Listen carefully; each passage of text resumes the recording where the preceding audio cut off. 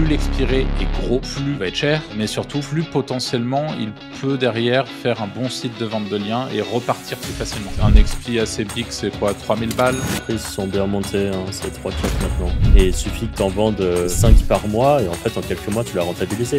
Il y en a beaucoup qui en quelques mois rentabilisent des noms de domaine comme ça. Hein. Et en fait là c'est juste celui qui a les plus grosses couilles qui arrive et qui dit allez moi j'ai 4000, l'autre il met 4005 et puis celui qui met 5000, les autres ils ont give up. C'est juste qu'il faut accepter qu'il y a des moments tu peux le perdre. La vente de liens c'est un autre délire. Ça demande un minimum de compétences et ça demande un minimum de connaissances et tout le monde n'est pas capable en arrivant de nulle part d'acheter des expirés de qualité et tout. Franchement les leviers sont abusés. Avec un nom de domaine neuf, d'autant Je suis en train de le vendre à Anto là. Ah bah ouais, pareil. Donc en gros, pour 60 balles, vous commencez votre site. Et vous avez besoin de rien de plus à part de vos mains et votre. Vous pensez que officiellement les rédacteurs offshore ne servent plus à rien, entre guillemets? Je pense qu'un rédacteur offshore bas de gamme, je pense malheureusement ils se font bien tabasser là. Offshore, ouais, je pense que ça sert à rien. Imaginons que vous partez et que vous n'avez pas 30 € à mettre par mois sur la création de votre contenu. Tout simplement, vous prenez vos petits doigts, votre clavier, et puis vous écrivez vous-même vos contenus.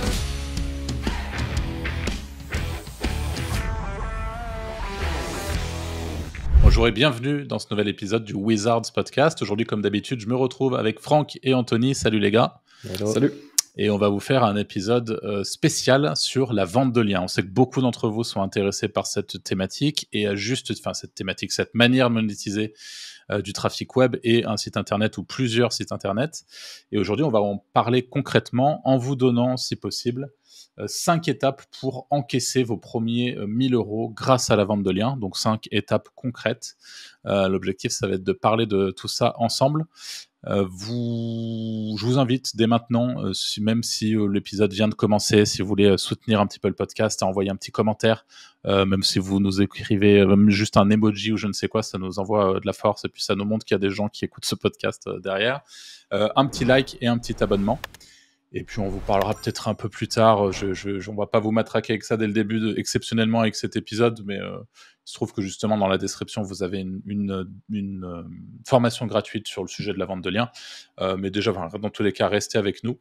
Et puis si vous voyez au travers de cet épisode, c'est une thématique qui peut éventuellement vous intéresser pour passer à l'action. Dans ce cas, ça peut être une bonne solution. Qui d'entre vous, les gars, veut commencer avec la première étape qui est découpée en plusieurs petites parties? Je vais commencer, je pense. Ça arrange Anto. Ouais. Allez. Bon, alors, première étape, évidemment, c'est de choisir un nom de domaine pour votre site. Donc, nom de domaine, il y a plusieurs façons d'avoir les noms de domaine. Il y a 2 grandes catégories qui sont les noms de domaine expirés.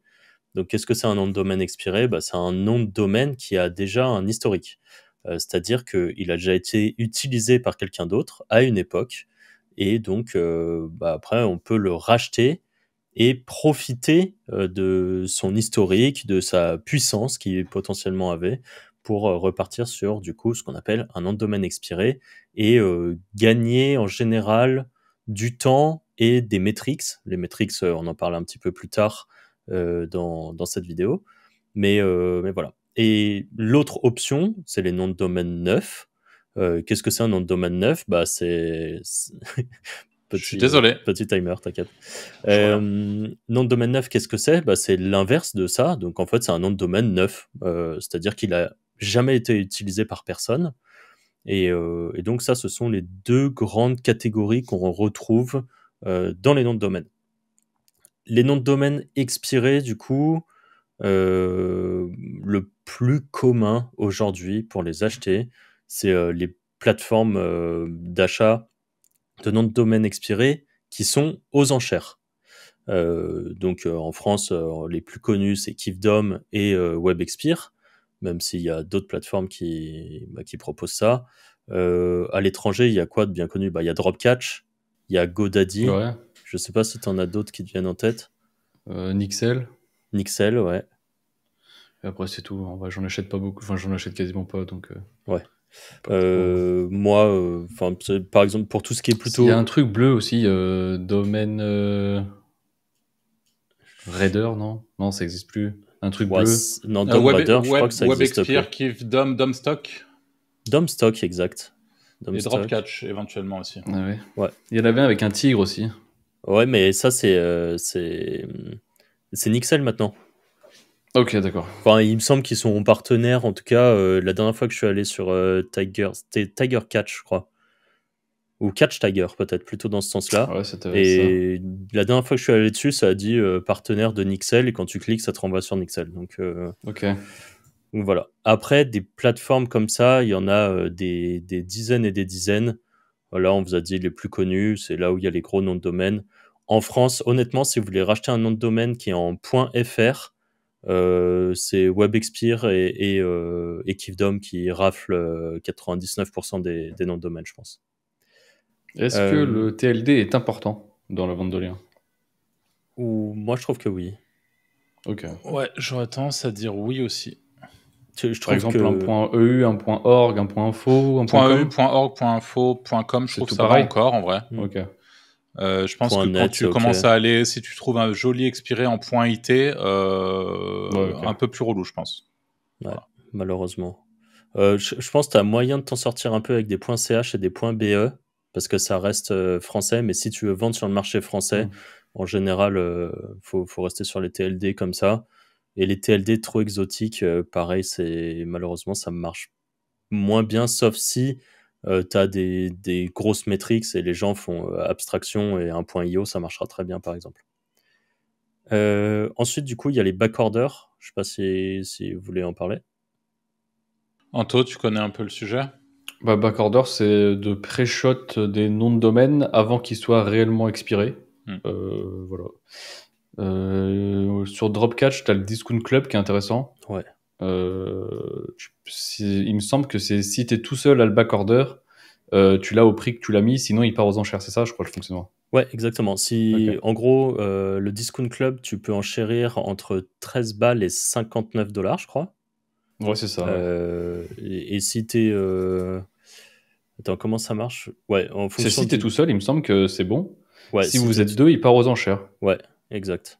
Et Mais il part après, aux enchères, c'est-à-dire que si toi t'as mis 13 balles et que l'autre mec a mis 59 balles, c'est l'autre mec qui le prend ou alors quoi qu'il arrive, il part en Non, enchères? quoi qu'il arrive, il part je aux crois enchères. qu'il part en Donc enchère. autant mettre 13 balles, non? Ouais, moi, je mets toujours 13. En fait, ça dépend parce qu'en fait, si vous êtes deux, toi tu mets 13 et Arthur met 15 par exemple, il part aux enchères, mais il part pas à 59. Il Oui, part, il part à aux 15. enchères à 15. D'accord. Donc ça ok. veut dire que si personne réenchérit sur toi, tu l'as quand même à 15. Ouais, ok.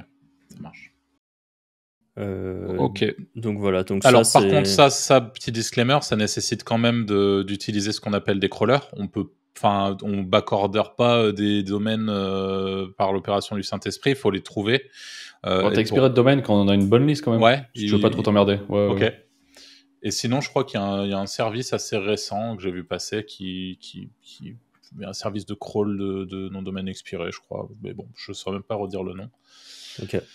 Mais je l'ai vu passer récemment, quoi qu'il arrive. Ça peut être un bon moyen de trouver des expirés pas trop chers et avec des métriques correctes, même si, il me semble, ça fait longtemps que j'ai pas crawlé ni fait de backorder sur des expis, mais il me semble qu'au-delà d'un certain nombre de RD, de manière assez automatique, généralement, les plateformes récupèrent en enchère, en fait. Donc, Ouais. vous allez pouvoir trouver des petites choses, mais des gros noms de domaines énervés, quoi. Enfin, dans tous les cas, ils vont pas passer au travers des Mais mailles du tu filet, peux quoi. avoir des jolis domaines avec Ah peu ouais? de RD, mais beaucoup de trafic en backorder. Ouais. Donc Ça, après, c'est t'as intéressant, juste à ouais. t'as juste à remettre des RD et ça repart bien en vrai. Ok.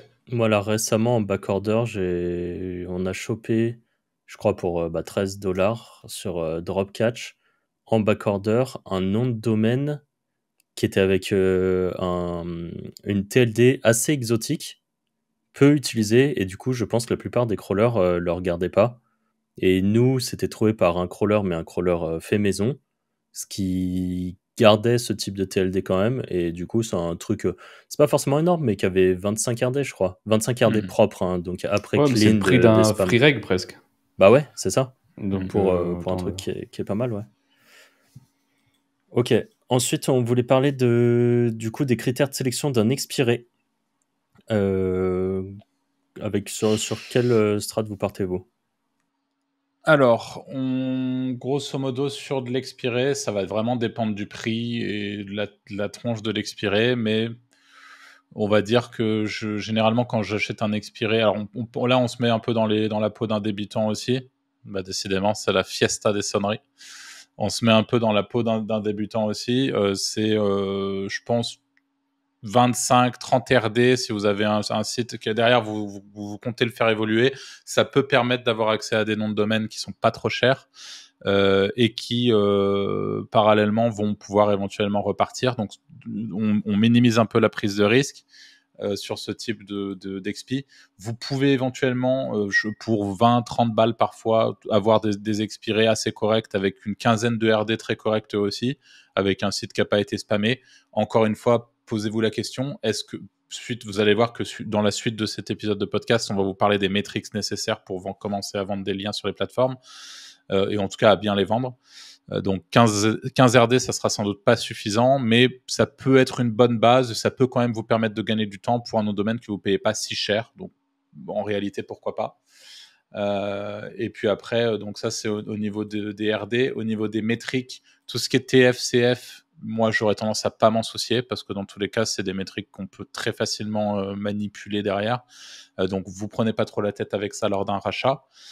Par contre, le réflexe, ça doit être, je pense, d'aller sur des plateformes pour analyser un petit peu les RD justement, la qualité des RD. Sur 15 RD par exemple, combien sont en dofollow, combien sont des bons RD, combien ne le sont pas, et essayer un peu de jauger comme ça, et aussi d'aller sur Web Archive par exemple, regarder l'historique du site pour vous assurer que le site n'a pas été spammé, que le contenu était correct, que potentiellement c'était une vraie marque avant, il y a plein de choses à vérifier.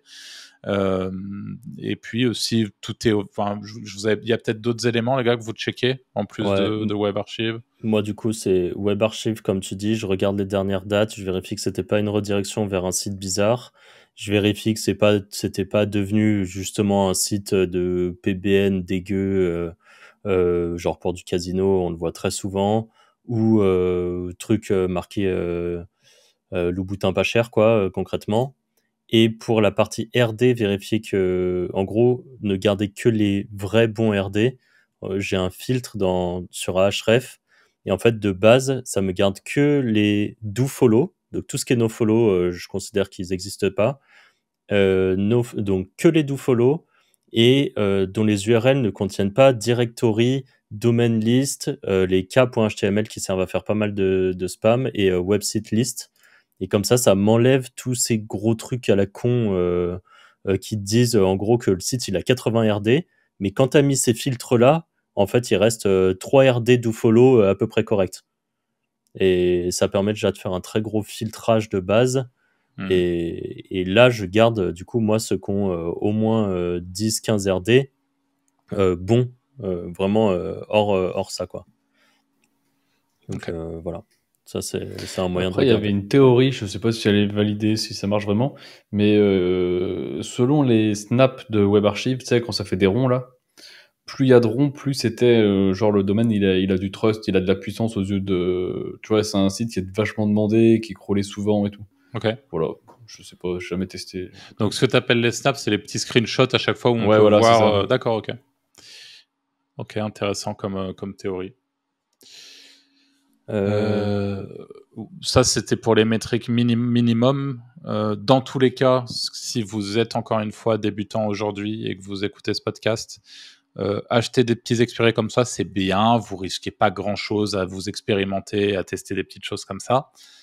Cependant, pour le point d'après, en tout cas que je me suis noté, c'est en gros, plus l'expiré est gros, plus du coup il va être cher, mais surtout plus potentiellement il peut derrière faire un bon site de vente de liens et repartir plus facilement.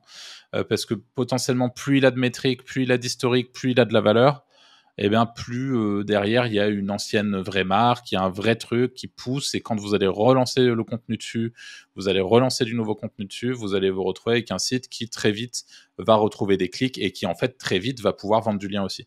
Donc ça, c'est une réalité. Et quand je dis gros pour donner une fourchette, même si encore une fois, on n'est pas non plus des énormes vendeurs de liens à nous trois réunis, mais on en connaît beaucoup pour le coup.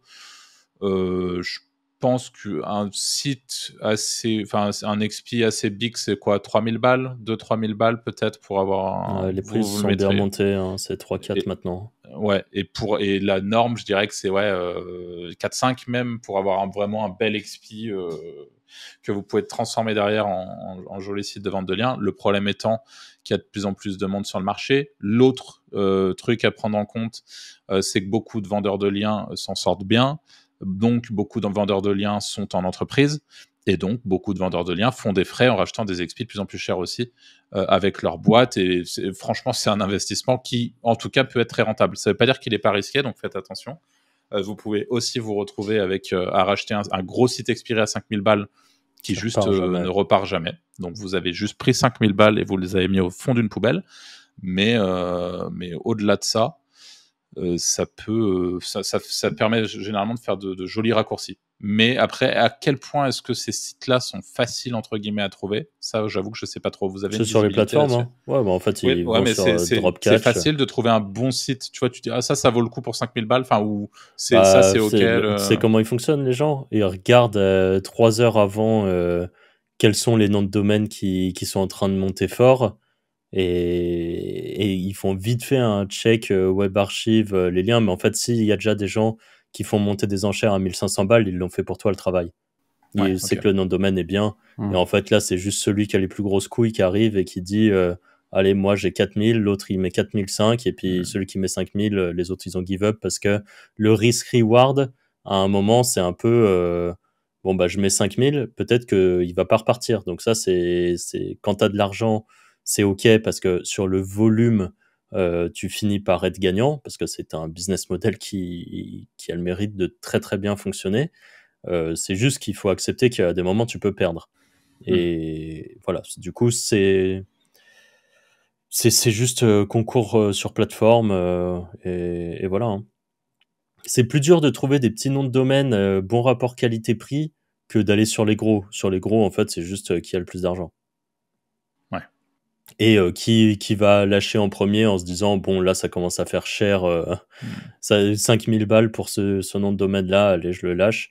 Mais en fait, 5000 balles pour un gros nom de domaine, quand il repart bien, c'est des noms de domaine qui ont tellement de RD, tu remontes les anciennes URL, ce qui permet de faire assez rapidement à nouveau du trafic.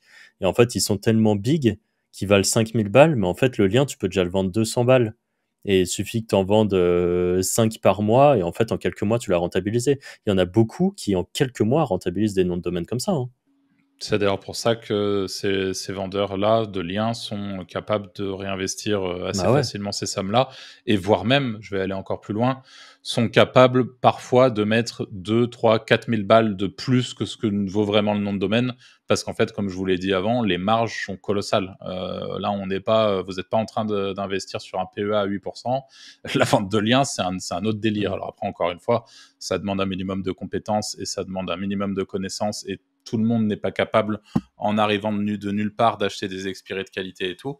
Mais franchement, les leviers sont abusés, quoi, Et c'est pas eux le vrai alors, il y a les vendeurs de liens qui sont le vrai problème, mais l'autre gros problème, c'est par exemple et je fais une aparté, hein, ça n'a rien à voir avec la vente de liens, mais c'est les achats de noms de domaine expirés de la part de, par exemple, très grosses entreprises dans le monde du casino en ligne, qui est illégal mais qui rapporte énormément d'argent.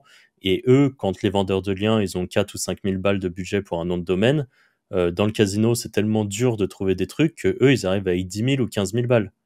Et en fait, ils te rachètent des très gros noms de domaine pour les transformer en site de casino en ligne, par exemple. Voilà, c'est des choses qui existent et qui font que le fait de trouver des noms de domaine expirés est devenu bien plus compliqué qu'avant, quand même, que ne serait-ce qu'il y a 3 ans, en fait, hein. Ouais. Donc voilà, on a fait un petit peu les avantages et inconvénients. Ouais. Bon, je pense le gros avantage de la vente de liens quand on achète un XP, c'est qu'on gagne beaucoup de temps. Et les inconvénients, c'est qu'on contrôle pas tout. Donc encore une fois, vous n'êtes pas à l'abri que le nom de domaine reparte jamais, que il y a un petit gamble. S'il y a un petit côté où il faut être joueur et aimer prendre un risque, quoi, parce que ça fait partie du jeu. Mais faut toujours garder ce concept en tête, c'est le risk-reward. en général, quand vous prenez des risques, le potentiel de gain derrière est supérieur. C'est pour ça que la majorité des vendeurs de liens font des noms de domaine expirés, parce que le potentiel de gain est supérieur à partir sur des noms de domaine neufs. Mais on va parler des noms de domaine neufs quand même, parce que moi, par exemple, j'ai fait les deux, toi aussi, il me semble, Arthur, hein, t'as fait les deux, et qu'avec un nom de domaine neuf, d'autant plus... Je suis en train de le vendre à Anto, là. Ah bah ouais, parfait. Un nom de domaine neuf, en plus de coûter rien, c'est quand vous êtes plutôt débutant, c'est un moyen de commencer sans trop se casser la tête. Évidemment, vous n'allez pas faire les mêmes chiffres que quelqu'un qui débarque avec 4000 balles de budget pour aller acheter un nom de domaine expiré. Il faut rester conscient de ça. Mais quand vous voulez commencer petit, bah, c'est très bien en fait. Ça permet clairement de faire des choses tout à fait correctes. C'est un super moyen de faire ses armes en SEO d'ailleurs. Exactement, ouais, clairement. Et je pense que même sur un site qui a vocation à faire de la vente de liens, vous n'êtes pas obligé de faire les trucs de manière sale. C'est d'ailleurs ce qu'on va essayer de vous expliquer dans ce podcast. Vous avez plein de manières de faire les choses plutôt bien. Et je pense que, enfin moi justement, quand j'ai lancé, c'était il y a quelques années, quand j'ai repris l'édition de site après un bon 2 ans et demi de pause. Je me suis lancé dans la vente de liens dans un premier temps et j'ai beaucoup expérimenté avec des expis et avec notamment un nom de domaine neuf que j'ai un peu bossé. Et ça m'a permis de me remettre un peu à niveau sur ce qui se fait, ce qui fonctionne moins, etc. Et c'est vraiment, pour moi, c'est un bon moyen de se mettre le pied à l'étrier. Ouais. Bah vas-y, si tu veux, parle-en un peu des noms de domaine neufs.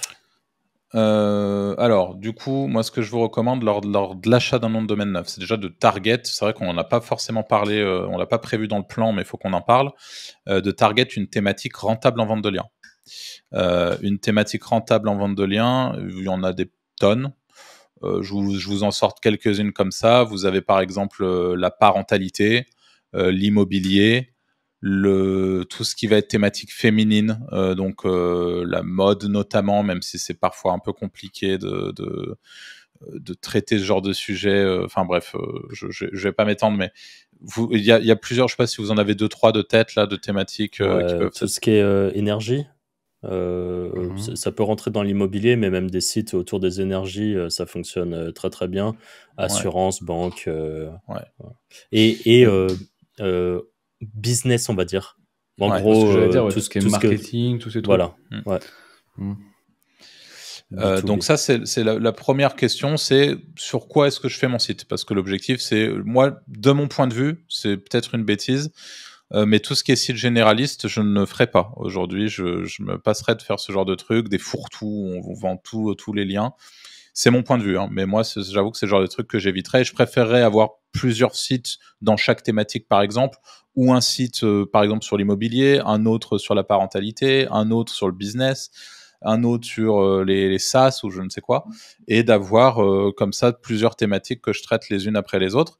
Et donc, en l'occurrence, lors l'achat d'un nom de domaine neuf, je choisirai un nom de domaine brandable, entre guillemets, c'est-à-dire où je puisse en faire une marque et ne pas avoir un truc. C'est l'avantage que vous avez quand vous commencez un nom de domaine neuf, c'est que contrairement à un achat expiré où vous ne contrôlez pas, vous ne choisissez pas vraiment la marque, entre guillemets, du nom de domaine, il existe déjà, donc la personne a déjà acheté le nom de domaine et on a déjà fait quelque chose, et donc vous ne contrôlez pas trop ce que vous rachetez.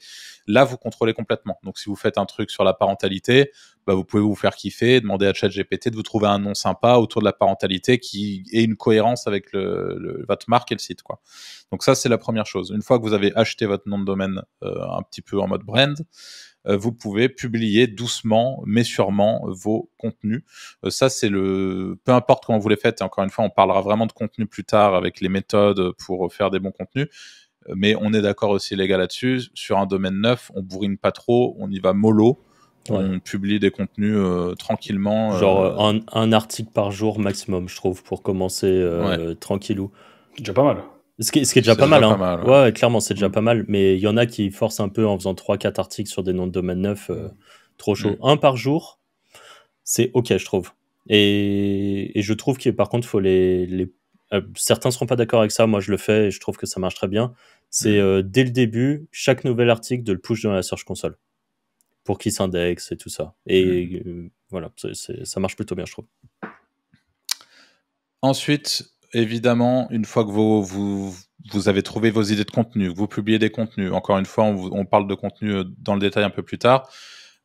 Il va falloir faire du lien par-dessus. Et là, pour tous ceux qui peut-être nous découvrent et qui en général sont sur LinkedIn en train d'apprendre le SEO, le lien c'est important et il faut, surtout dans le cadre de la vente de liens, si votre site n'a pas de métriques, et quand je parle de métriques, c'est oui, vous avez le trafic, mais la réalité c'est que les gens veulent acheter sur des domaines qui ont des RD, qui ont des referring domains, qui ont des liens entrant depuis l'extérieur vers leur site.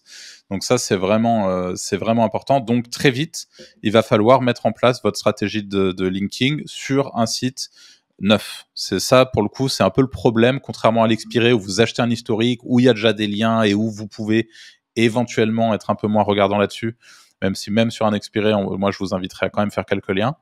Là, pour le coup, sur la partie domaine neuf, il va falloir faire du lien. Et l'objectif un petit peu long terme, c'est les 100 RD. Et quand je dis long terme, ça peut être 1 an et demi, par exemple. Mais à mon sens, il faut arriver le plus vite possible à ces 100 RD, en sachant que tu m'as dit un truc, Franck, tout à l'heure en off, là, tu nous as dit que à partir de 30 RD, ça pouvait commencer à vendre. Déjà, même avant, c'est juste que moi, j'aime bien commencer à mettre sur les plateformes quand il y a une trentaine de RD. Je trouve que c'est un peu ce petit cap où les gens commencent à se dire, OK, il y a des RD. 100, c'est l'idéal, tu vois. Enfin, 100 et plus, mais 30, 40, 50, ça commence à être bien. Je pourrais même dire autour de 20, mais je trouve que c'est un poil moins bien. Et en dessous de 10, bah, si tu as du trafic, ça pourra passer, mais les gens seront quand même un peu plus tatillons et auront un peu de mal à acheter ce genre de truc, je trouve. Voilà. Donc, en tout cas, faites des liens, c'est important. Alors pour ça, vous pouvez évidemment les faire vous-même. Donc là, on est d'accord qu'en termes de coûts, pour ceux qui se demandent, hébergement 30 balles par an, ou 50 balles à la limite, nom de domaine entre 8 et 12 balles par an. Donc en gros, pour 60 balles, vous commencez votre site et vous avez besoin de rien de plus à part de vos mains et votre temps. Et pareil pour les liens, vous pouvez tout à fait commencer à faire des liens sur des forums notamment, vous pouvez faire pas mal de petites choses pour faire des liens sans pour autant débourser de l'argent. Si derrière, vous voulez accélérer un petit peu sur cette partie lien sans vous ruiner, en parallèle d'une stratégie de netlinking où vous-même, vous allez mettre des liens un peu quali sur des forums ou sur des trucs comme ça, vous pouvez tout à fait utiliser Linkuma. Vous en avez sans doute entendu parler. Vous avez un code promotionnel Wizards lors de l'ajout de crédit sur Linkuma qui vous permet d'accéder à 15%. C'est ça, il me semble que c'est ça, ouais. À chaque fois, il faudrait quand même qu'on se le note quelque part, mais c'est 15%, Oui, c'est 15% sur toutes vos commandes à vie, donc profitez-en. Et moi, typiquement, pour mes domaines de vente de liens, j'ai un petit Linkuma pour chaque domaine qui vend, et je sais que tous les mois, j'ai au moins 4-5 liens qui poussent un peu le domaine, et ça fait du volume de liens, ça compense les liens qui disparaissent aussi. Voilà, ça peut être une manière de conserver son linking et de consolider un peu tout ça. Et ensuite, juste un point, mais si jamais on a un podcast complet sur le netlinking, donc si vous n'êtes pas très connaisseur de ça, vous regardez dans notre liste de podcasts, il y en a un qui s'appelle genre guide complet du netlinking ou un truc comme ça, et vraiment on passe en revue de A à Z tout ce que vous pouvez faire, que ça soit en gratuit comme en payant. Donc si vous partez avec très peu de budget, il faudra utiliser votre temps, parce que votre temps sera converti en lien. Si vous avez un petit peu d'argent à investir, bah, votre argent sera converti en lien. Mais donc, vous avez un podcast qui est vraiment dédié à ça et qui est honnêtement ultra complet. Je pense vraiment que vous avez ce qu'il faut dedans pour savoir comment faire, quoi. Et pour finir sur cette partie nom de domaine neuf, vous avez les avantages, c'est qu'on maîtrise le site et son historique de A à Z, contrairement à un domaine expiré. Quand on est sur un domaine neuf, vous maîtrisez tout. Si vous faites une bêtise, c'est vous qui la faites. Personne n'a possédé le domaine avant, donc il n'y aura pas de répercussions sur vos stratégies d'aujourd'hui. Donc ça, c'est vraiment le gros avantage. Et l'inconvénient, par contre, c'est que c'est plus long. On l'a dit, vous achetez demain un gros expiré, plusieurs milliers d'euros, vous pouvez potentiellement, dès la semaine d'après, vendre vos premiers liens sur l'expiré que vous venez d'acheter.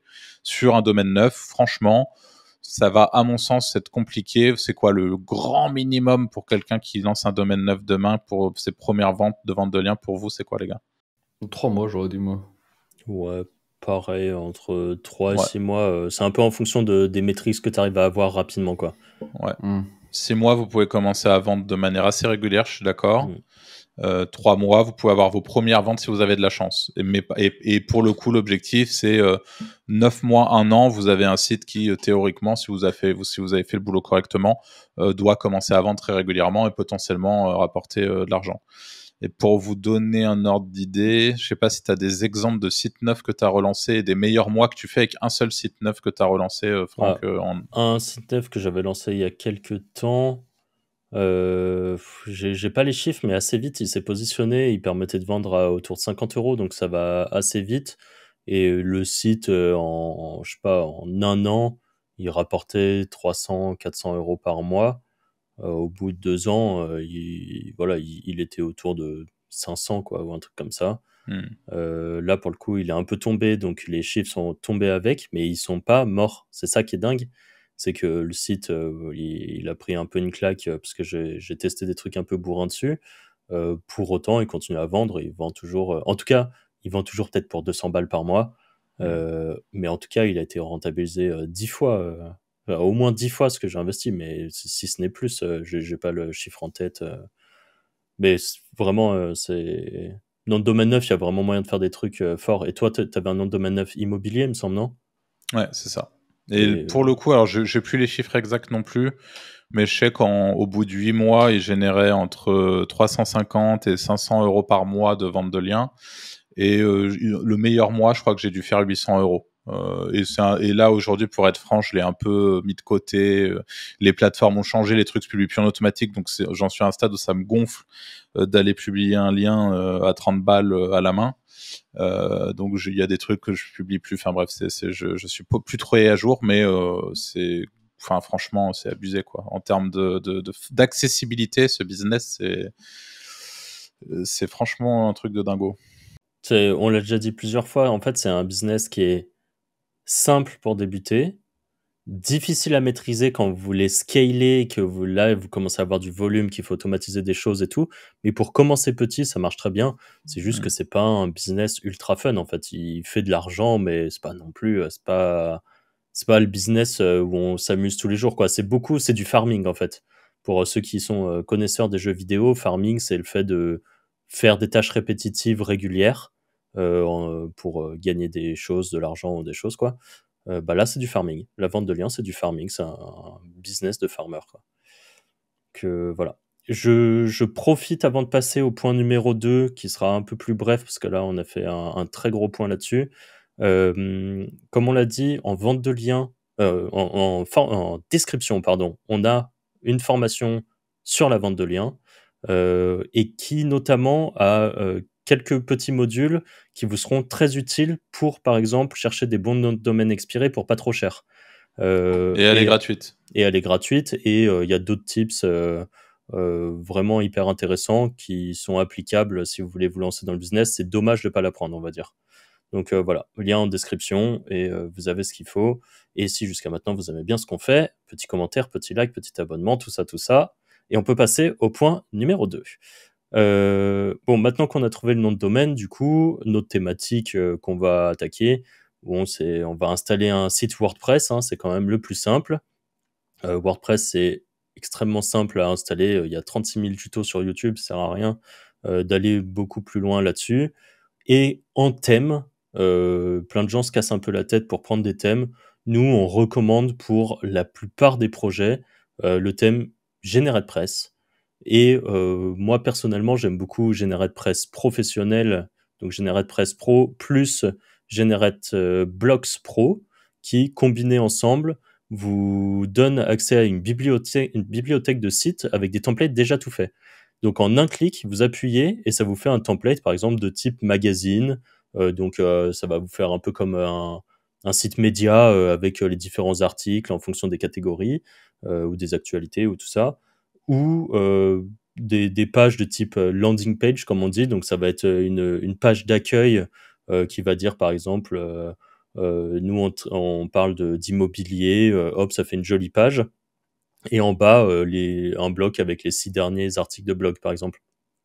Ça vous permet de vous différencier un peu de la concurrence. C'est de plus en plus regarder, on va dire, la qualité visuelle du site. Donc, si vous êtes avec ces templates tout blancs classiques avec le logo en haut à gauche, le menu et après une liste d'articles, honnêtement, ça marche un peu moins bien que si vous avez un truc qui est un poil travaillé et un poil travaillé avec GeneratePress Pro et GenerateBlocks Pro. On pourra mettre les liens en description pour accéder directement à ces templates. Vous avez quelque chose qui se démarque complètement de la concurrence et qui, si par exemple quelqu'un, pour un client ou pour soi-même, souhaite acheter un lien, qu'il y a 3 sites qui ont à peu près les mêmes métriques, mais qu'il y en a un qui est joli et les 2 autres sont un peu moins jolis, c'est celui qui est joli qui gagnera.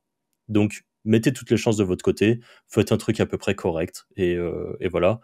Pour le logo Canva, vous pouvez faire petit logo tout à fait sympa. Même avec de l'IA, maintenant, il y a moyen de faire des choses. Donc voilà, ça c'était un petit peu le point numéro 2, c'est vous lancer un site WordPress, parce que la majorité des plugins importants pour la vente de liens sont via WordPress, donc c'est compliqué de partir sur autre chose. Et en thème, voilà, je sais pas si vous vouliez rajouter un thème, mais pour moi, c'est le top, quoi. Point numéro 3, qui est un des points les plus importants, c'est le contenu.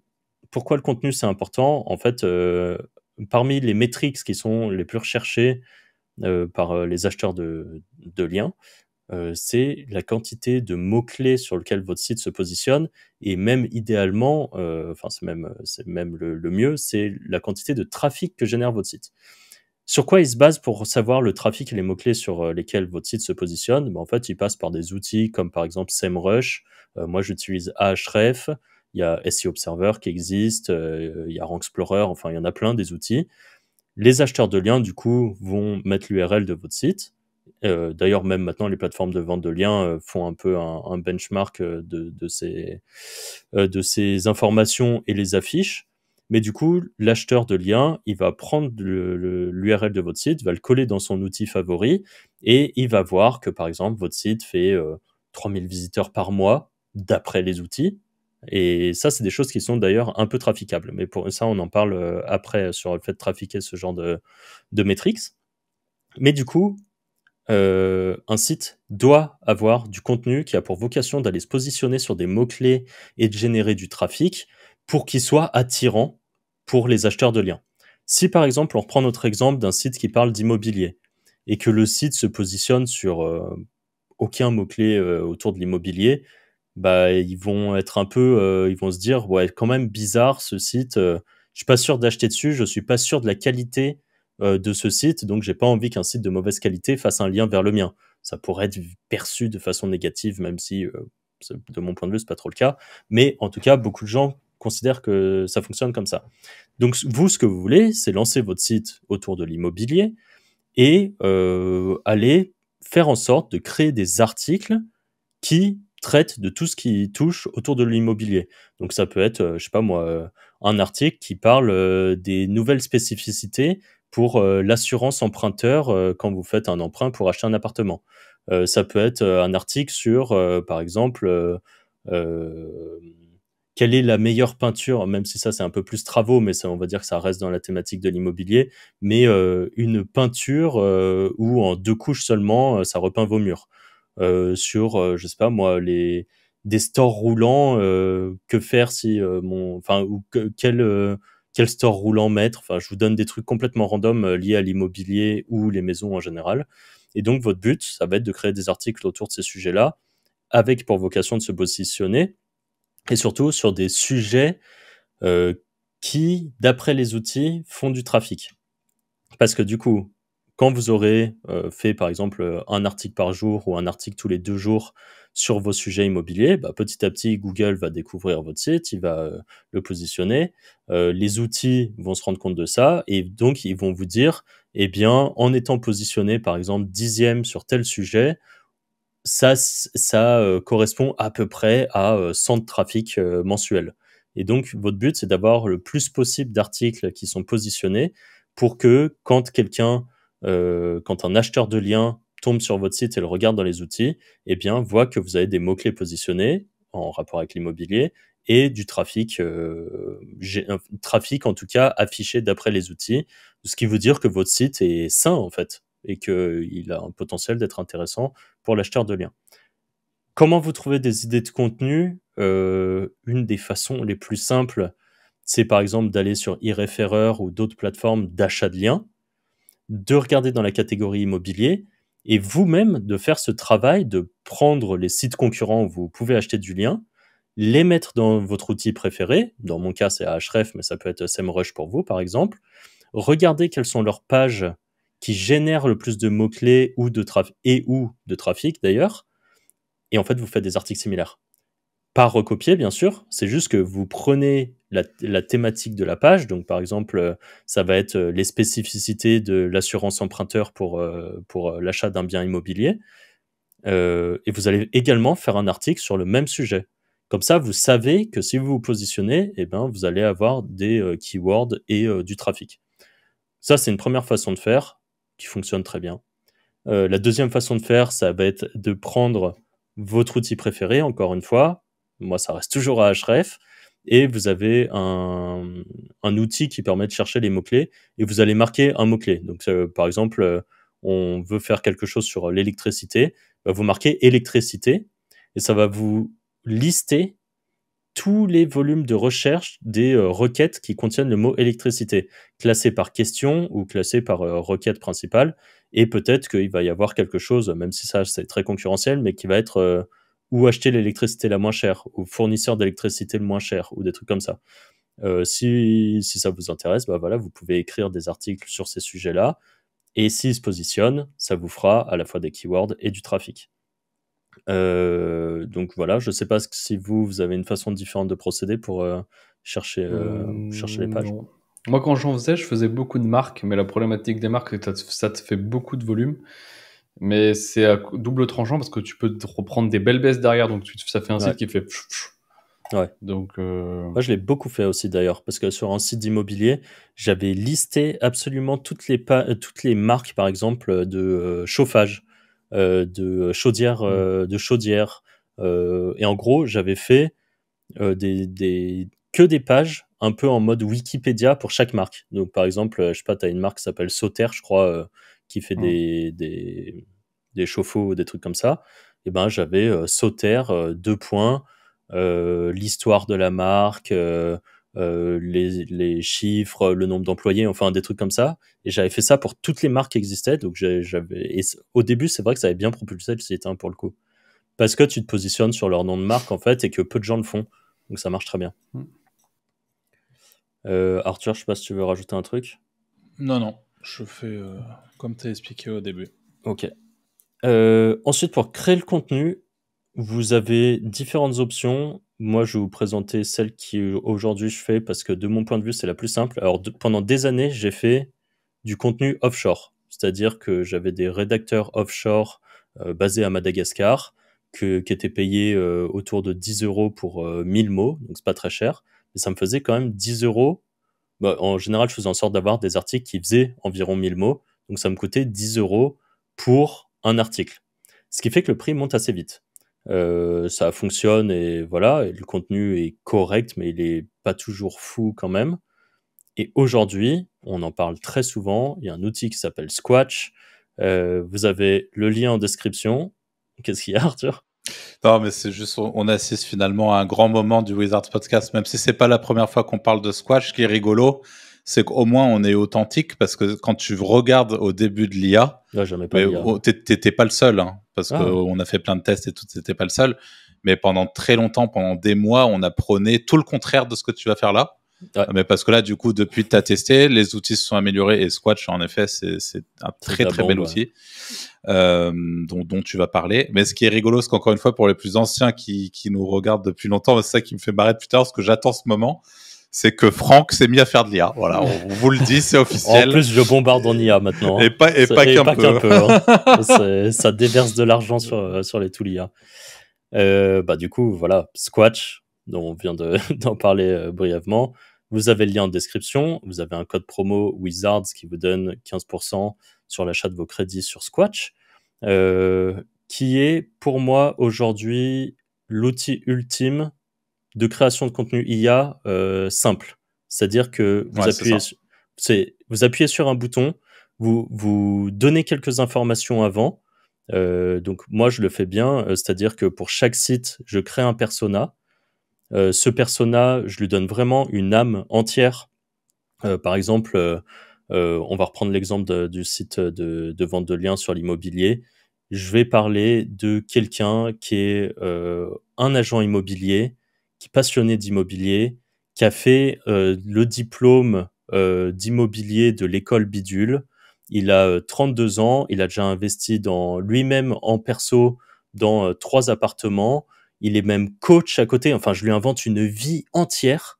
Je dis par exemple que il aime faire des blagues aux gens à qui il présente des appartements. Je peux même dire le type de blague qu'il va faire. Je peux dire qu'il est peut-être un peu beauf. Enfin, vraiment, je lui invente un truc complet. Ensuite, avec Squatch, en plus du persona, on peut dire par exemple qu'on veut qu'il parle de façon satirique ou un peu humoristique. Si on veut qu'il donne des données très factuelles, chiffrées. Si on veut qu'il donne plutôt des ressentis personnels. Donc, il va inventer des anecdotes. Moi, c'est assez ouf. L'autre fois, je vous en montrais des textes, mais c'est assez ouf les petites anecdotes personnelles qu'il est capable d'aller inventer. Et tout ça donne un peu un côté authentique à ces articles. Et en plus de ça, ça fait d'autres choses, notamment le maillage interne, la publication quasiment en full automatique. C'est pour ça, en fait, que moi, je suis passé sur Stool, parce que ça m'a simplifié la vie, mais de fou.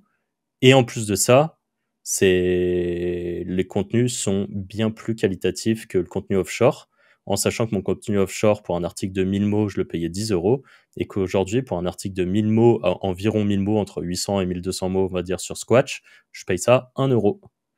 Donc, ça permet quand même, au lieu de faire avant un article par jour offshore pour 300 euros par mois, et ben aujourd'hui, pour 30 euros, j'ai un article par jour sur mon site, publié en automatique. Les images sont mises en automatique aussi. Ça crée avec d'ailleurs allimage.ai qui était notre sponsor du Wizards Event et qui font des images de fou. Franchement, elles sont incroyables, les images. Et tout ça, c'est toujours au même prix. Hein. Qu'importe ce que vous demandez, c'est au même prix. C'est toujours environ 1 euro, c'est en fonction du nombre de crédits que vous achetez en une fois. Ça permet également, du coup, je l'ai dit, de faire le maillage interne, ça rajoute les images. Vous pouvez même rajouter des instructions personnalisées pour ce que vous voulez faire. Donc, si par exemple, pour ce projet-là, vous souhaitez que dans les titres, il y ait un emoji, eh ben, vous rajoutez une instruction, je veux qu'il y ait un emoji dans le titre, ou dans les sous-titres, ou qu'importe. Donc, vous pouvez vraiment tout personnaliser de façon très complète. Donc, enfin, voilà, c'est archi complet.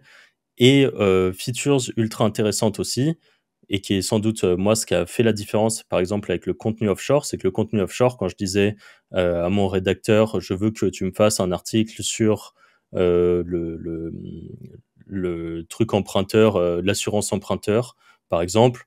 Bon, il faisait assurance emprunteur, je lui donnais le titre à peu près, mais après, il me faisait des trucs pas forcément ultra carrés, pas forcément ultra à jour. Et là, en fait, ce que fait Squatch, vous pouvez faire, en gros, rechercher sur la SERP. Donc, c'est-à-dire que quand vous allez lui demander ce sujet, lui-même va d'abord aller sur Google, prendre les contenus des 10 premiers qui sont déjà positionnés sur Google, donc c'est-à-dire ceux qui sont le plus à jour, ceux qui ont fait les meilleurs contenus, donc c'est-à-dire que des trucs comme ça, et ensuite il va analyser ces 10 sujets-là, il va se baser sur leurs données, sur tout ça, et il va vous refaire un article. Et donc en fait, vous avez quelque chose qui, en un clic, et le contenu sort en littéralement 5 minutes, là où avec mon rédacteur offshore, le contenu sortait quelques jours après, quoi. Là, en 5 minutes, vous avez votre article publié, tout est automatique. Donc voilà, ça fait longtemps que j'avais pas eu un tool, et juste pour l'expliquer, moi sur un autre projet perso, je suis en train de construire ce qui s'appelle un PBN, donc c'est-à-dire un réseau de sites. C'est plug sur Squatch, ça fait sa vie, il y a 60 sites qui sont gérés en automatique tout seul, quoi. Est-ce que, et la question est pour vous deux, vous pensez que officiellement les rédacteurs offshore ne servent plus à rien, entre guillemets. Je pense qu'un rédacteur offshore, ouais, bas je de pense gamme, que ça sert à je rien. pense malheureusement, ils se font bien tabasser là. Je pense que la vie est un peu plus dure, hein. Par contre, rédacteur offshore un peu spécialisé sur un sujet qui fait vraiment du travail de recherche et tout, mais en fait, malheureusement, ils sont pas à 10 €, hein. Ils seront à plus à 20, 30 € pour avoir quelque chose de plus qualitatif. Et voilà. Mais je pense que le rédacteur offshore pas cher, il s'est complètement fait remplacer par l'IA aujourd'hui. Ok. Voilà. Je sais pas si vous voulez rajouter un truc sur le contenu. Bah, Bah, en vrai, c'était complet. Hein. on peut quand même parler du tout simplement, imaginons que vous partez et que vous n'avez pas 1 euro, enfin, ou 30 € à mettre par mois sur la création de votre contenu. Bah, tout simplement, vous prenez vos petits doigts, votre clavier, et puis vous écrivez vous-même vos contenus. Ça va vous prendre du temps, évidemment, et on n'a rien sans rien. Mais en 1 heure par jour, vous pouvez écrire un article, et ce site que vous aurez fait complètement à la main, en écrivant un petit article de 800 ou 1000 mots autour d'un sujet, eh bien, d'ici quelques mois, il vous rapportera quelques centaines d'euros par mois. Donc, c'est un investissement de temps à mettre au début pour avoir des sous plus tard, quoi. D'ailleurs, j'en profite pour le dire maintenant, heureusement que tu me fais penser, mais si vous nous écoutez, que vous êtes débutant et que vous dites ouais, je vais essayer, et en effet, j'ai pas le budget, donc je vais écrire mes articles non pas avec mes doigts, mais avec ChatGPT, qu'est-ce qu'il est en train de me raconter, Franck, il est con. La réalité, c'est que c'est une erreur monumentale. Là, on vient de vous parler d'un outil de qualité qui a à la fois des prompts avancés, qui injecte énormément de data dans ses prompts et qui analyse la SERP pour répondre à l'intention de recherche. La meilleure manière aujourd'hui de flinguer un site, c'est de le lancer et de vous dire, bah, je fais un contenu de ChatGPT par jour, je mets en ligne. Vraiment, hein, si vous ne me croyez pas, essayez, vous allez vite vous en rendre compte de toute façon.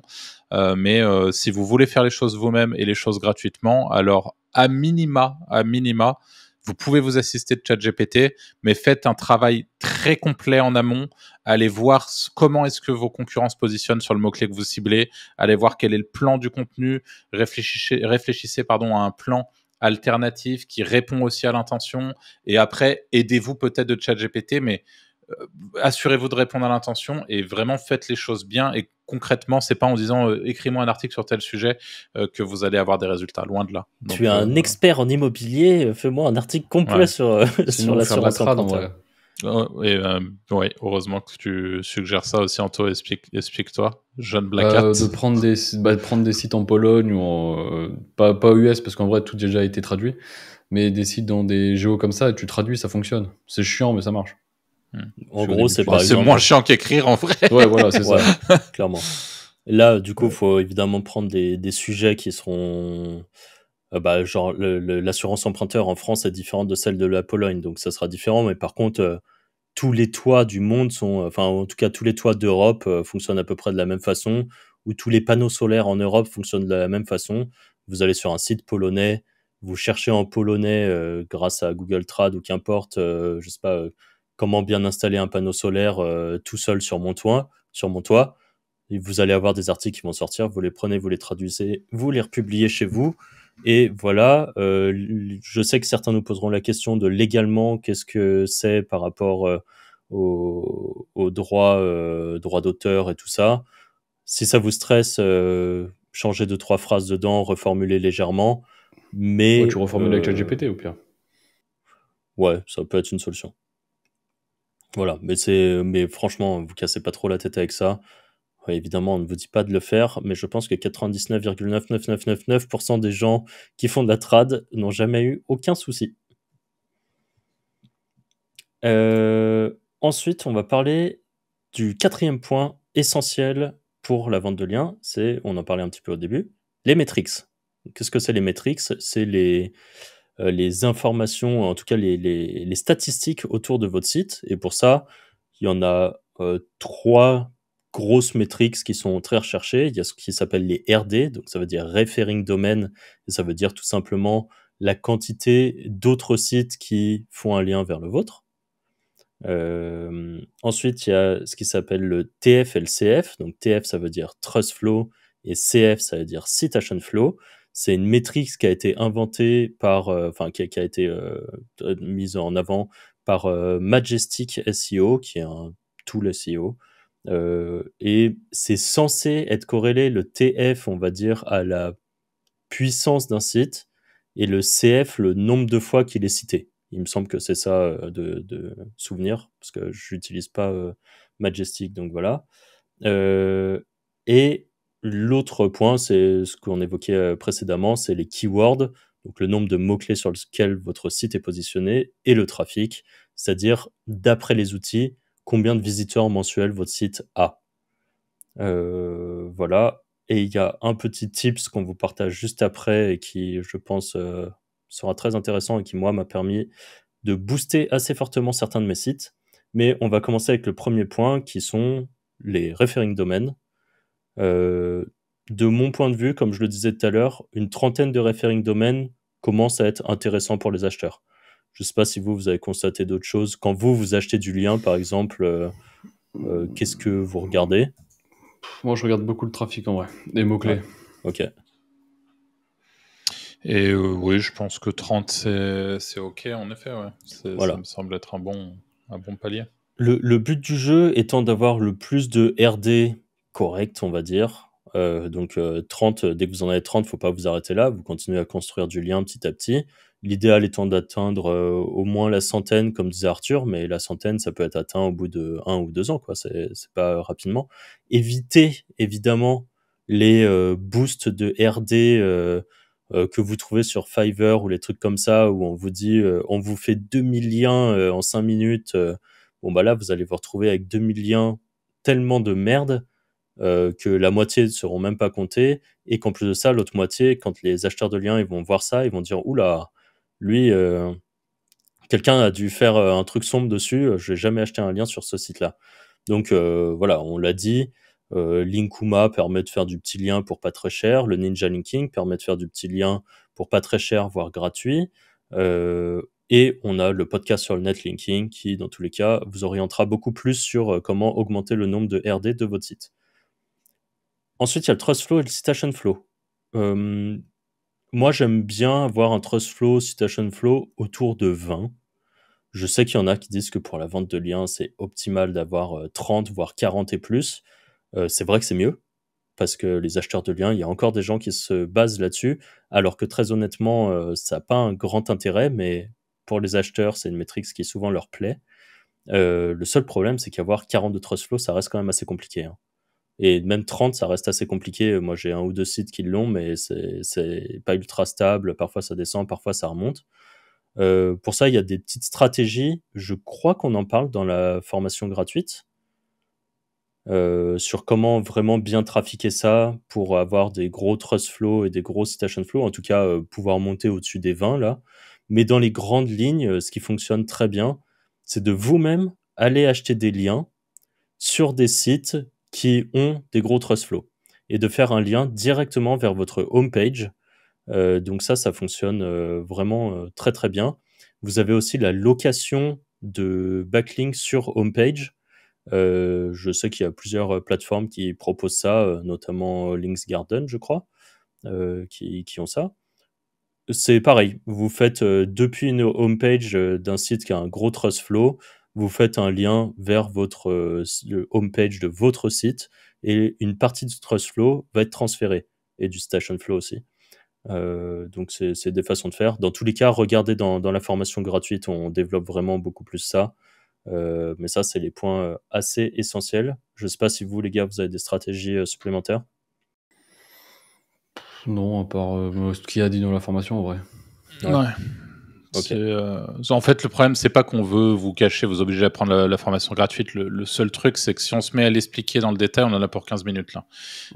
L'objectif, c'est pas non plus de faire un podcast à rallonge, alors que l'info est présente ailleurs. Dit, ouais. Troisième point dans les métriques importantes, et ça qui est devenu sans doute la plus importante, en tout cas aujourd'hui, c'est les mots-clés, la quantité de mots-clés sur lesquels votre site se positionne, et le trafic généré mensuellement d'après les outils de votre site. Donc pour ça, il n'y a pas vraiment de secret. Il faut faire du volume d'articles sur des mots-clés qui ont un bon volume de trafic d'après les outils.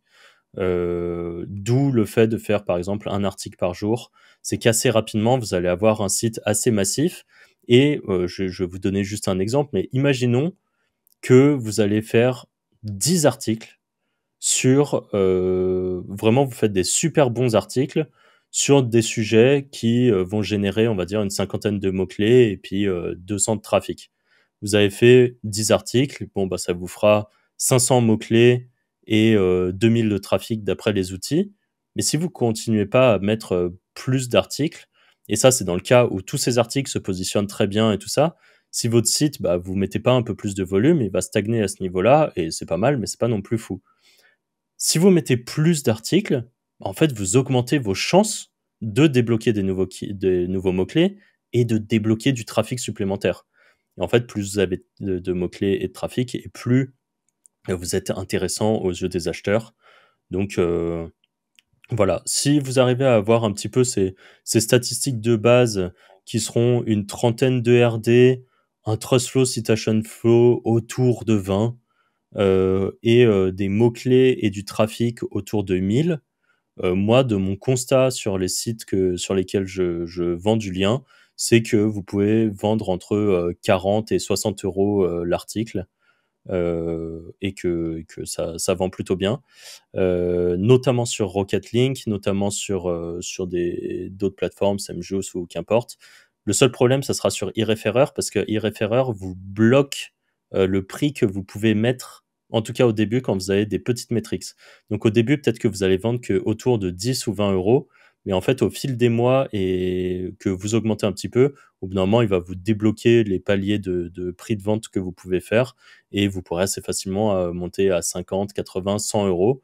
Ce qui veut pas dire que si vous débloque, moi, il y avait un site où à un moment, il m'a dit que je pouvais vendre mon article à 250 euros dessus.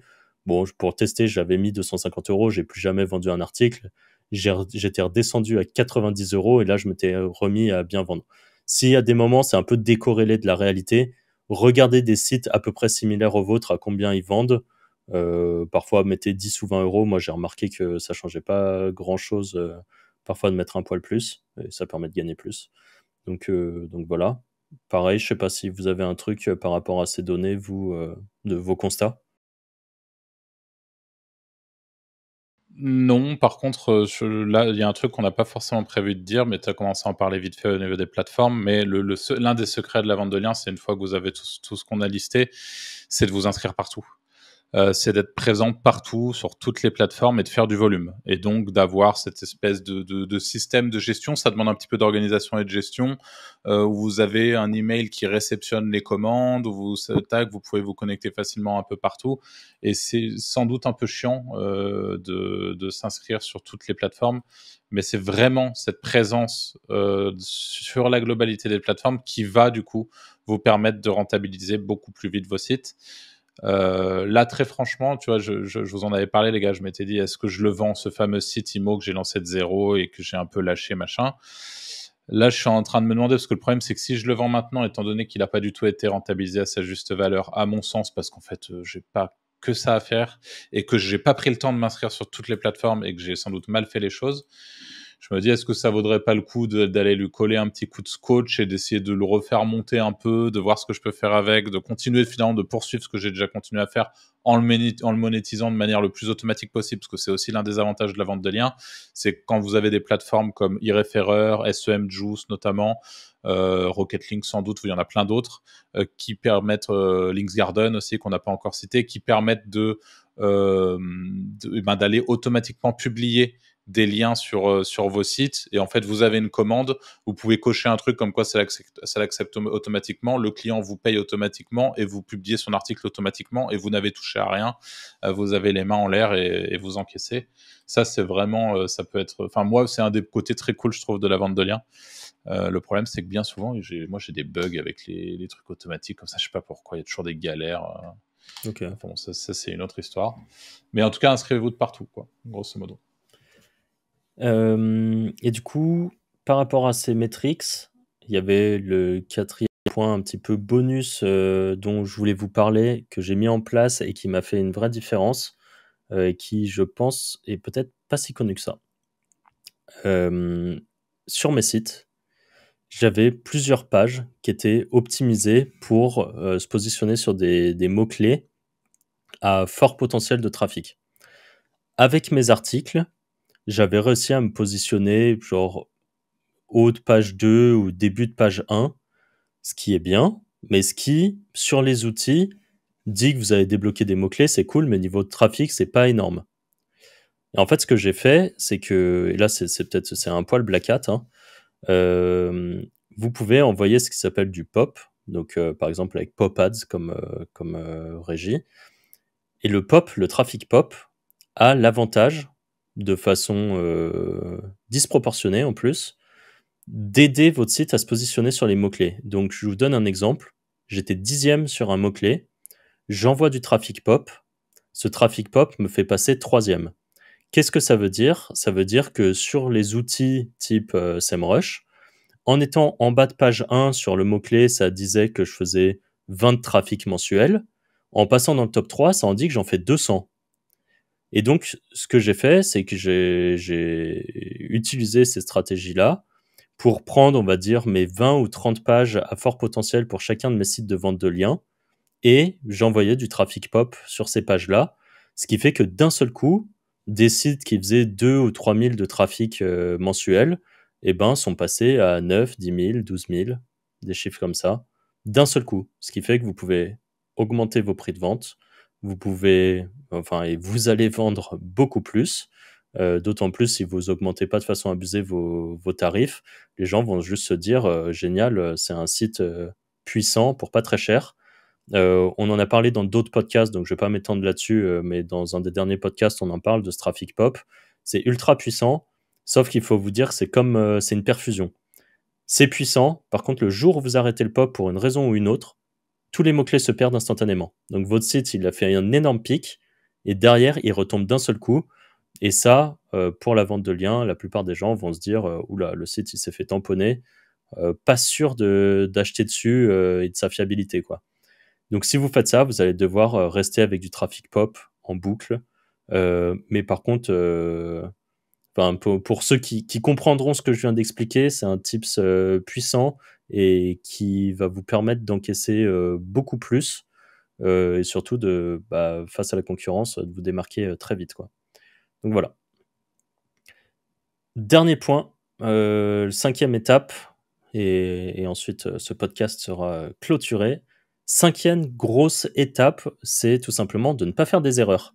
Et donc là, on voulait vous parler des erreurs très communes qu'on voit dans la vente de liens et qui malheureusement peuvent complètement flinguer vos sites et faire que vous avez gagné des sous pendant un moment, mais vous n'en gagnez plus. Les premiers gros points, je pense, c'était pour moi, c'est de faire du contenu non vente de liens pour compenser ceux de la vente de liens. Donc, qu'est-ce que ça veut dire? Le problème, au bout d'un moment... C'est de ne pas faire, tu veux dire, non? Oui, c'est de ne pas faire, pardon. Je sais plus si tu l'as dit. Je l'ai mal tourné, mon truc, mais en gros, c'est d'arrêter de faire du contenu hors vente de liens. Donc, c'est-à-dire qu'il y a beaucoup de gens, ce qu'ils font, c'est que quand ils lancent un site de vente de liens, ils mettent plein de contenu pour débloquer des keywords, du trafic, comme on l'a expliqué avant. Et quand ils commencent à faire de la vente de liens, ils arrêtent d'envoyer d'autres contenus. Les seuls nouveaux articles qui apparaissent sur les sites de vente de liens sont ceux qui ont servi à vendre un lien, donc qui sont des articles purement de vente de liens. Ça, c'est une vraie erreur. Ne faites pas cette erreur. Privilégiez le fait de continuer à envoyer des articles comme vous l'avez fait au début, soit traitant d'actualité, soit traitant de marque, qu'importe, mais qui n'a pas pour vocation de vendre un lien. Pourquoi vous faites ça? Ça va tout simplement vous permettre de continuer à diluer les liens sortants et les articles avec des liens sortants, et vous allez faire des articles beaucoup plus normaux, qui ont pour vocation à se positionner sur des mots-clés, et qui permettront à votre site de continuer à débloquer des mots-clés, continuer à avoir du trafic, et surtout ne pas être un peu du jour au lendemain une anomalie qui arrête d'un seul coup d'écrire des articles, et il n'y a que des articles qui servent à vendre du lien. Donc ça, c'est ultra important. Deuxième point essentiel, c'est d'avoir par exemple des encres qui sont très opti sur des sujets très borderline. Vous allez le voir quand vous allez commencer à faire de la vente de liens, vous allez être contacté par des business très border, notamment la vente de pilules en tout genre, les casinos en ligne, qui sont des sujets illégaux et très touchy. Et même si vous avez un site sur l'immobilier, sur la cuisine ou sur les vélos électriques, les gens dans les casinos en ligne sont tellement en chien de liens qu'ils sont prêts à payer très cher pour avoir des liens n'importe où. Et donc, ce qu'ils vont vous proposer, c'est que par exemple, chez vous, un lien, ça vaut 100 balles. Ben, parfois, ils vont venir, ils vont vous dire, moi, je suis prêt à acheter un lien chez toi à 200 ou même 300 euros parfois pour avoir un lien sur ton site qui pourtant traite d'immobilier. Et puis, ils vont vous coller une grosse encre, genre euh, un article qui va parler de l'immobilier à Angers. Donc, ça va être, je sais pas moi, les statistiques de l'immobilier à Angers. Et dedans, il va y avoir une phrase qui va dire d'ailleurs, l'immobilier à Angers est très intéressant. Et en plus de ça, pour les fans de meilleurs casinos en ligne, vous pourrez trouver un casino par touche. Voilà, c'est un exemple de choses qui se fait. Et donc, ils vont vous mettre un lien vers leur casino en ligne sur la requête, sur l'encre meilleur casino en ligne. Ça, si vous le faites une fois, deux fois, trois fois, c'est sans doute pas très grave. À long terme, j'ai plusieurs cas et lu plusieurs cas comme ça, notamment sur Script SEO ou sur d'autres forums ou même en échangeant avec des gens. Ça finit par être visible, on va dire, aux yeux de Google et votre site se fait tamponner. Donc, si vous le faites, faites-le rarement. Si vous le et attention, c'est à double tranchant parce que les gros vendeurs de liens, un fait, c'est qu'ils vendent pas mal à des sites de casinos en ligne parce que ça rapporte beaucoup d'argent. Donc, il faut vous trouver votre équilibre entre le fait de gagner de l'argent et le fait d'envoyer du lien sur des sites border comme ça. À savoir également que en France, faire la promotion de casinos en ligne, c'est illégal. Il y a un truc qui s'appelle l'ANJ qui peut-être un jour découvriront ça et seront pas contents. Même si avant que ça arrive jusqu'à vous, il y a de fortes chances que ce soit les casinos en ligne qui se fassent tabasser en premier. Mais si un jour vraiment vous avez pas de chance du tout, quoi, même si j'en ai jamais entendu parler, hein, c'est un disclaimer, c'est juste pour vous expliquer le truc, mais c'est quelque chose qui peut arriver que ça soit pas autorisé, quoi. Donc, et surtout qu'on vienne vous dire que c'est pas autorisé et peut-être petite amende et tout ça qui va avec. Bref, tous ces sujets border, c'est à vos risques et périls si vous les traitez sur votre site de vente de liens. Sachez que ça peut être à la fois juridiquement compliqué et en plus de ça, ça peut être compliqué pour la vie de votre site. Donc voilà, je ne sais pas si vous voulez rajouter un truc là-dessus. Non. Et dans ce cas-là, autre chose, il y a des gens, pareil, qui augmentent les referring domaines de leur site. Donc pour ça, ils suivent les stratégies qu'on explique dans notre autre podcast.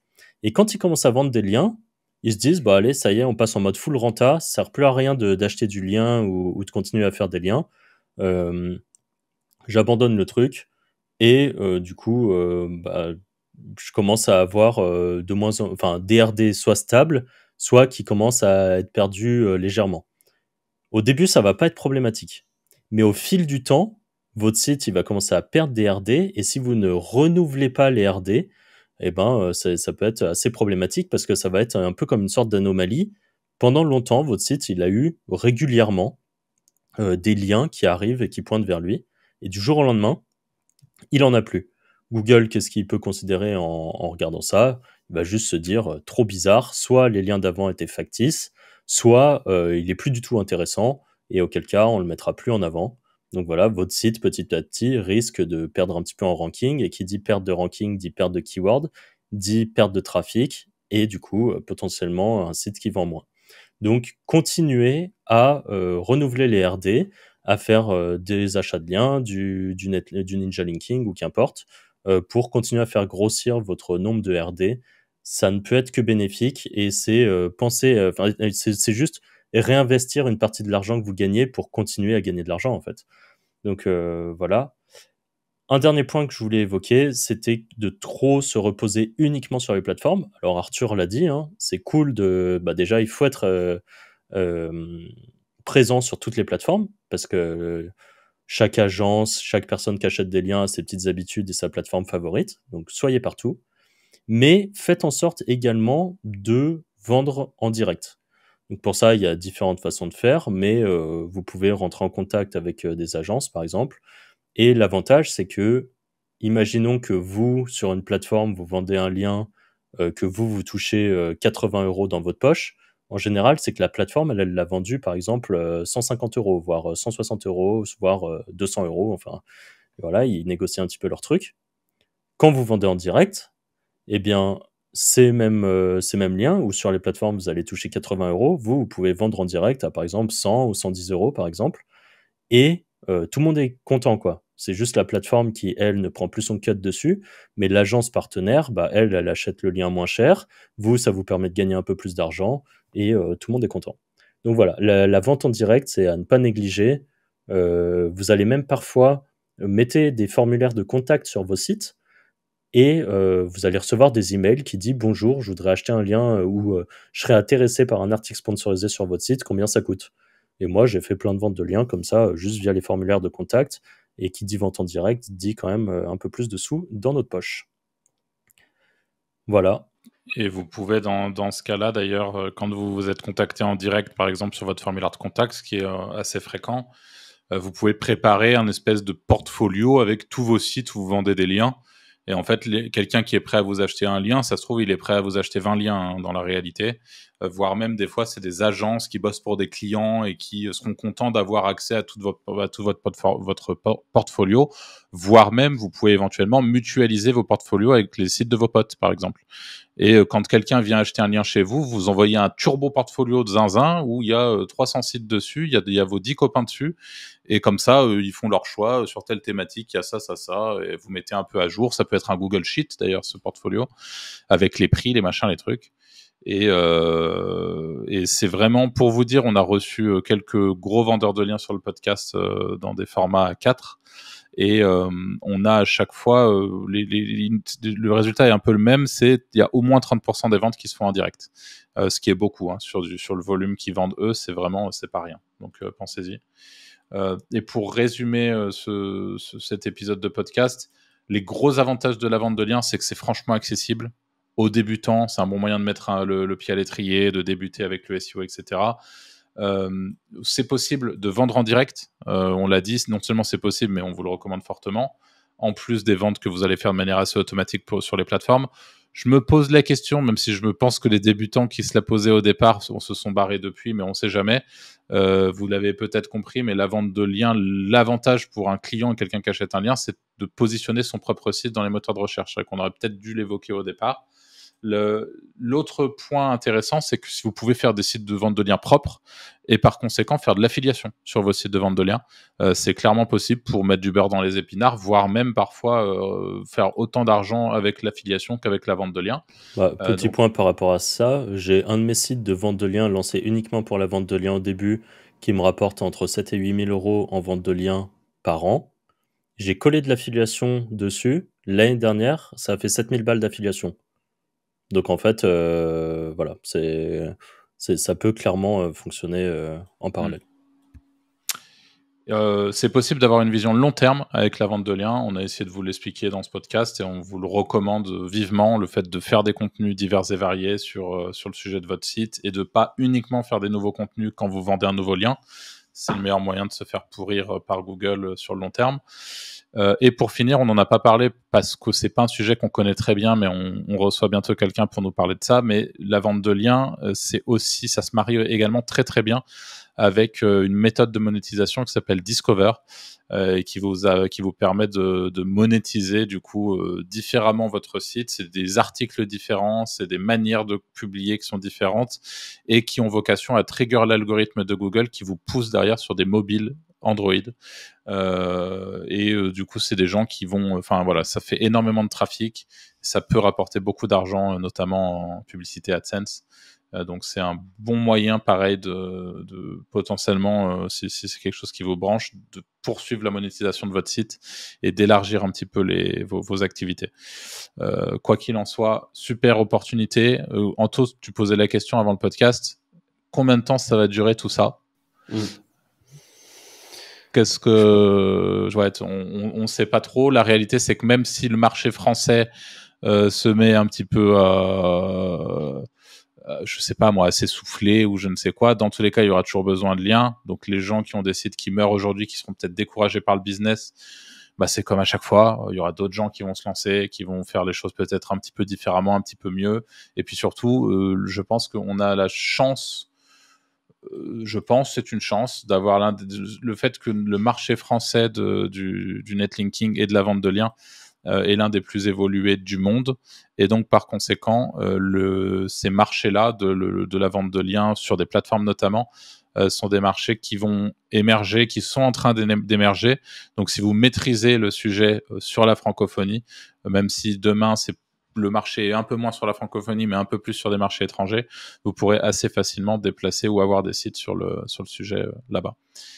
Donc voilà, on espère que cet épisode vous aura plu. Si c'est le cas, n'hésitez pas, comme d'habitude, de laisser un like, un commentaire et un petit abonnement sur YouTube, sur les plateformes d'écoute telles que Spotify ou Apple Podcast, les petites étoiles.